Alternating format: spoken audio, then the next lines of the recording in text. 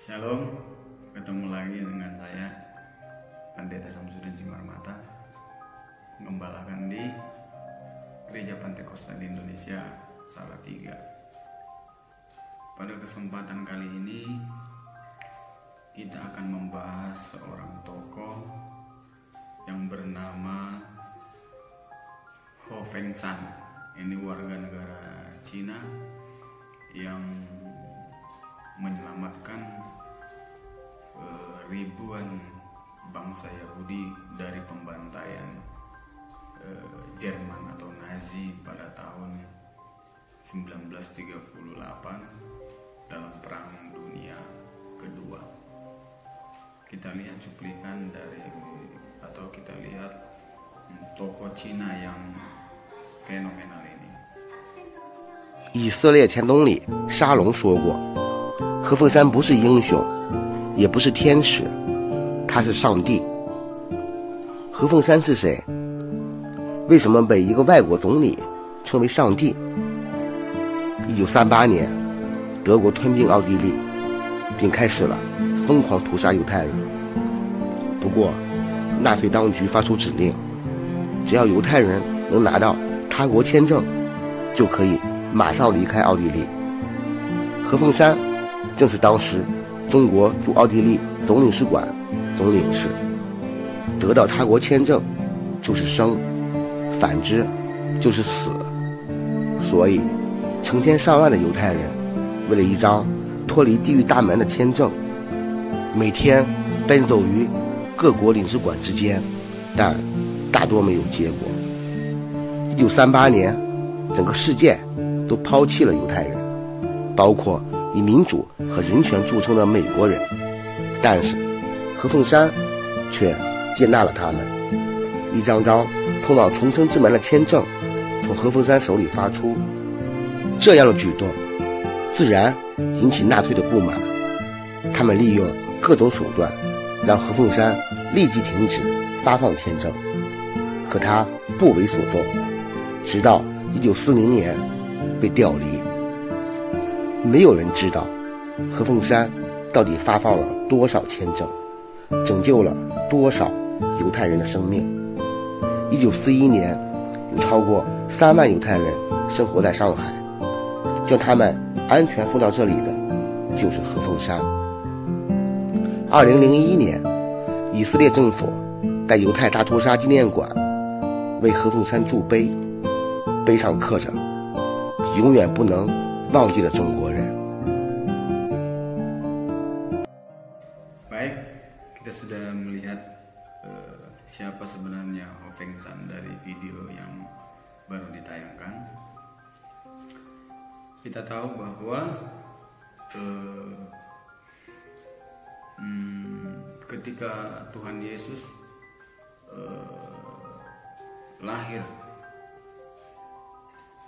melalui seorang wanita yang bernama Maria, dan dia dibesarkan di Nazaret. Lalu pada usia 30 tahun dia baru memulai pelayanannya di bumi, dan pada akhirnya di usia 33,5 tahun Yesus harus mati di kayu salib.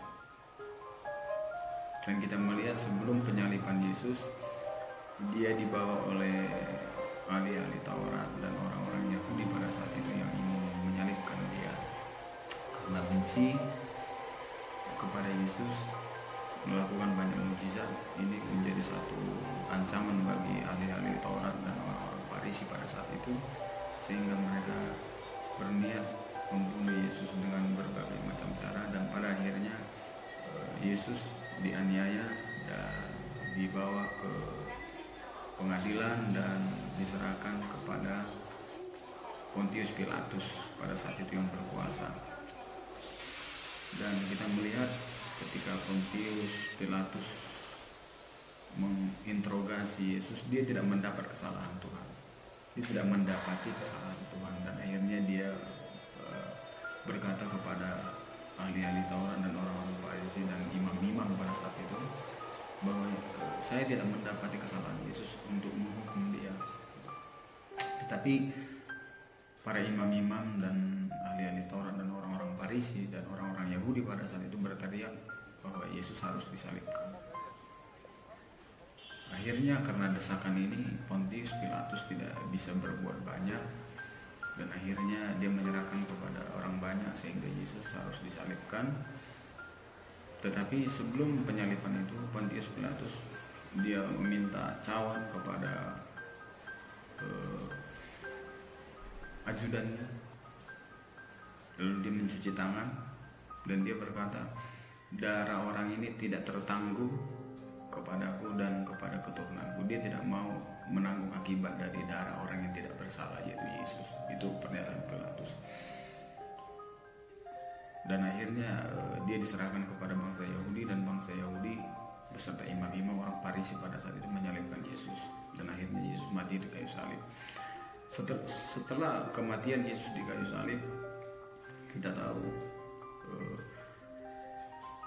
beberapa puluh tahun kemudian bangsa Yahudi ini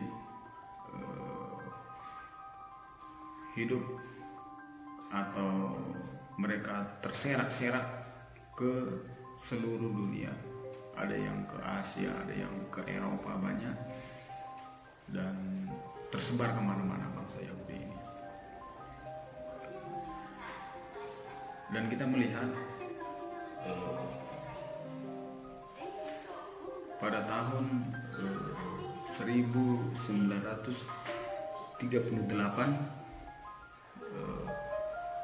sekelompok bangsa Yahudi yang tersebar ke seluruh Eropa, Asia dan lain sebagainya, seluruh penjuru dunia, mereka ada di Austria pada saat itu, jumlahnya cukup banyak. Mereka juga terserak sampai ke Austria, di Eropa dan lain sebagainya, khususnya di Austria. Pada tahun 1938 akhirnya kita melihat dalam Perang Dunia Kedua, Nazi atau Hitler ini, orang-orang Jerman berhasil menguasai atau menduduki Austria, di mana di Austria itu banyak sekali bangsa Yahudi tinggal, karena mereka sudah berserak ke seluruh dunia, seluruh Eropa dan lain sebagainya. Dan ketika Jerman menduduki Austria,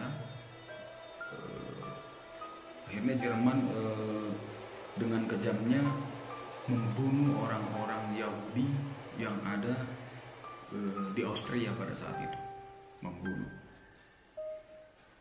Dan Jerman juga mengeluarkan pengumuman, jika ada negara ataupun bangsa lain yang mau memberikan visa kepada orang-orang Yahudi, maka mereka boleh keluar meninggalkan Austria dengan selamat.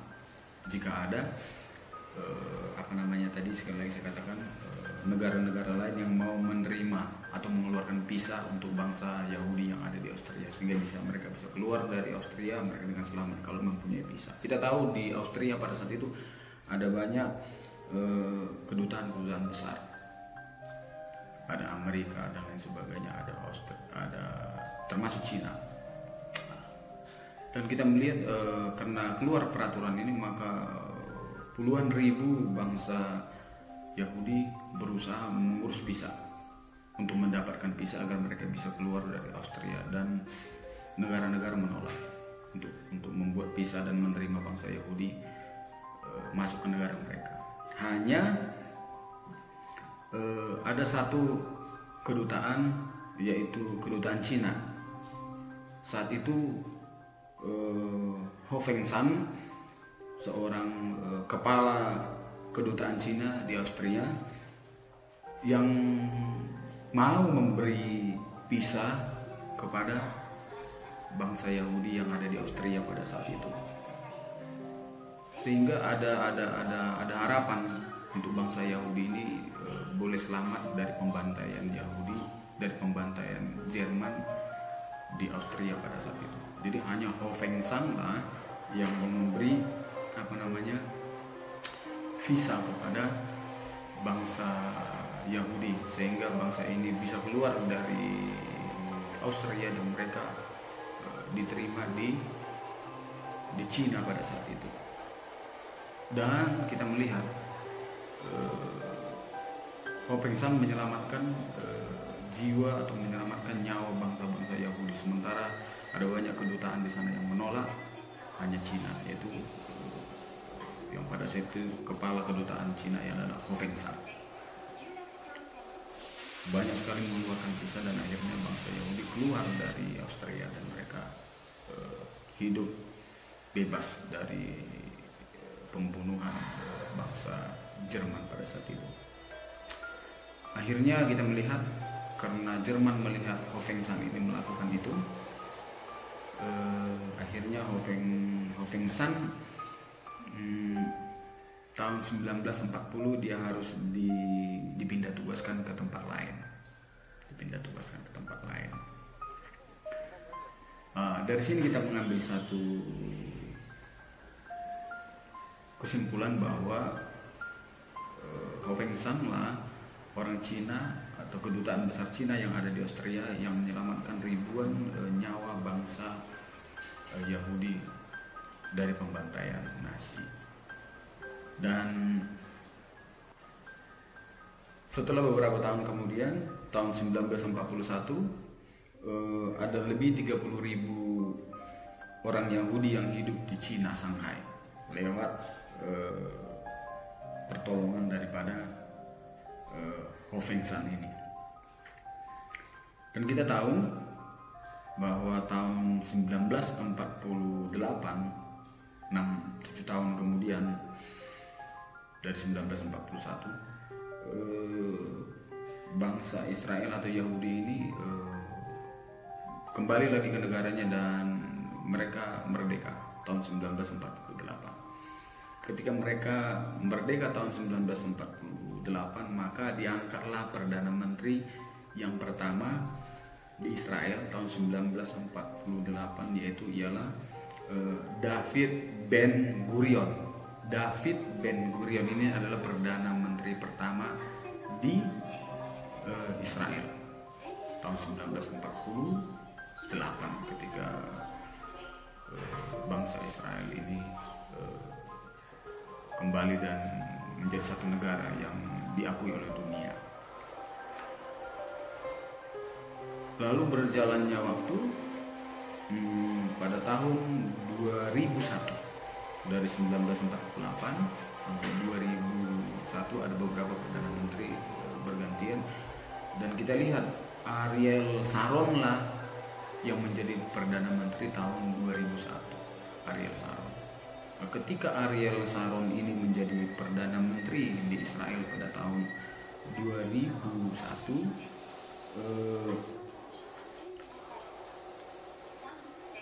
dia mengenang atau membuat monumen peringatan bangsa Yahudi yang dibantai pada tahun-tahun yang silam sebelum merdeka. Ariel Sharon yang membuat monumen peringatan akan bangsa Yahudi yang dibantai sebelum tahun 1948. Dan ketika Ariel Sharon membuat monumen peringatan, dia juga membuat sebuah patung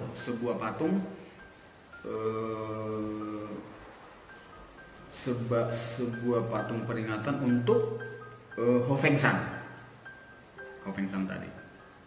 Ho Feng San yang sudah menyelamatkan bangsa Yahudi tahun 1938 di Austria. Dia buat ketika dia membuat monumen peringatan bangsa Yahudi, dia juga membuat satu patung peringatan untuk Ho Feng San dengan tulisan di patung itu, orang Cina yang tak akan terlupakan untuk selamanya. Dia tulis di monumen atau di patung itu. Ariel Sharon membuat itu tahun 2001. Dan Ho Feng San diberi julukan orang benar pada saat itu, karena dia sudah menyelamatkan banyak bangsa Yahudi ketika di Austria dari pembantaian Nazi. Hitler pada saat itu. Dibuatlah patung peringatan kepada Ho Peng San, yaitu orang Cina yang tidak terlupakan untuk selamanya. Dan konon katanya juga bahwa Ariel Sharon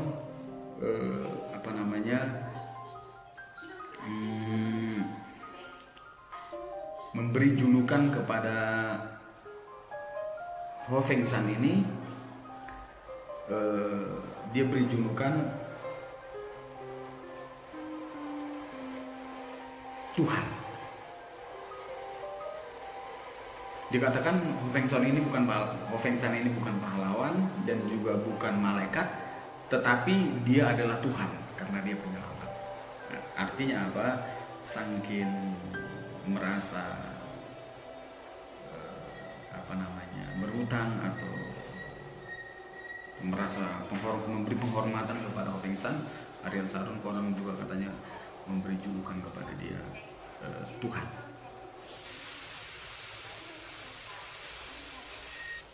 Itulah sekilas tentang cerita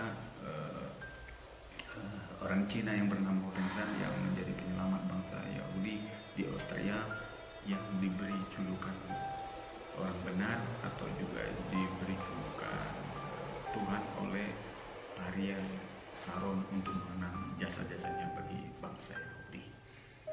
Namun dari sisi Alkitab saya mau katakan julukan ini tidak tepat, walaupun dia banyak jasa pertolongannya.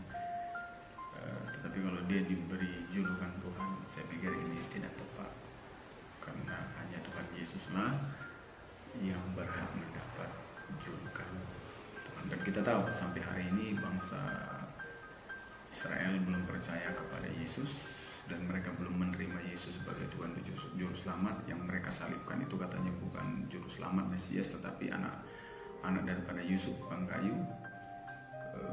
Karena itu mereka sampai saat ini mereka berdoa di tembok ratapan menunggu Juru Selamat. Padahal kita tahu yang disalibkan itu adalah Juru Selamat. Dan inilah yang menyebabkan bangsa Yahudi sampai saat ini belum percaya kepada Yesus sebagai Tuhan dan Juru Selamat. Dan biar lewat kisah ini kita mengambil satu hikmah bahwa bangsa ini adalah bangsa yang tegar tengkuk, keras kepala, bersungut-sungut, dan menolak Yesus sebagai Tuhan, dan akhirnya mati di kayu salib. Dan mereka membunuh Yesus, dan akhirnya mereka menanggung darah daripada Yesus ini, seperti yang dikatakan Pilatus. Saya tidak mau menanggung darah, tetapi yang menanggung darah Yesus itu adalah imam-imam bangsa-bangsa Yahudi yang menyalibkan Yesus. Kita melihat, kita tahu ke depan bangsa Yahudi ini juga akan menerima Yesus sebagai Tuhan dan Juru Selamat menjelang kedatangannya kali yang kedua, sesuai dengan nubuatan daripada kitab Wahyu. Dan ini akan digenapi di akhir zaman ini. Bangsa ini juga akan mendapat anugerah Tuhan. Musa dan Elia akan dikirim di sana, turun untuk memberitakan kebenaran firman Tuhan, dan akhirnya bangsa ini percaya kepada Tuhan Yesus yang mereka sudah salibkan 2000 tahun. Terima kasih, kiranya ini menjadi satu pelajaran bagi kita, dan kita semakin tetap setia di dalam Tuhan. Tuhan Yesus memberkati kita semua. Amin.